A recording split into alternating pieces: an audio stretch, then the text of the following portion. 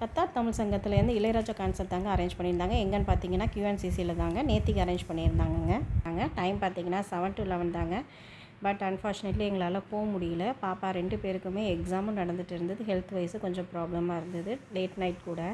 So அதனால் நாங்கள் ரொம்ப போகலங்க. எப்படி கான்சர்ட் முடியறதுக்கும் பார்த்தீங்கன்னா 11:30 12 ஆயிரும். அதனால தான் நாங்கள் போகல. அதனால் தனிஷ்காவோட அப்பா மட்டும்தாங்க போயிருந்தாங்க அவங்க ஃப்ரெண்ட்ஸோட.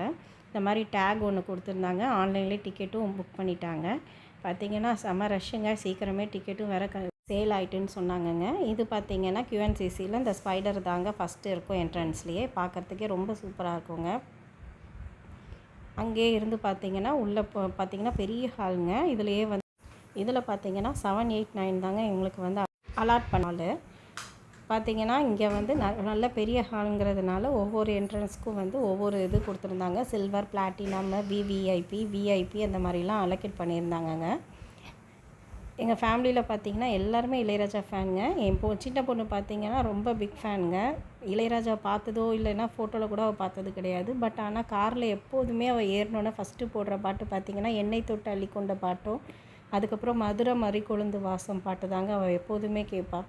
அவளுக்கு என்னமோ அந்த பாட்டு சின்ன வயசுலேருந்து ரொம்ப பிடிக்கும். இப்போ ஏஜ் வந்து அவளுக்கு 6 தான் ஆகுது. பட் ஆனால் அவளுக்கு இளையராஜா இந்த ஏஜில் பிடிக்குமாங்கிறது எங்களுக்கு பெரிய விஷயங்க. அதுக்கப்புறம் பார்த்தீங்கன்னா எல்லா லாங்குவேஜஸ் பாட்டுமே பாடினாங்கங்க. அதுக்கப்புறம் பார்த்தீங்கன்னா மலையாளம் ஆகட்டும், ஹிந்தி ஆகட்டும், தமிழ் சாங்ஸு எல்லா லாங்குவேஜுமே பாடினாங்க. எஸ்பிபி சரண்லேருந்து எல்லாமே நிறையா சிங்கர்ஸ் வந்து பாடினாங்கங்க.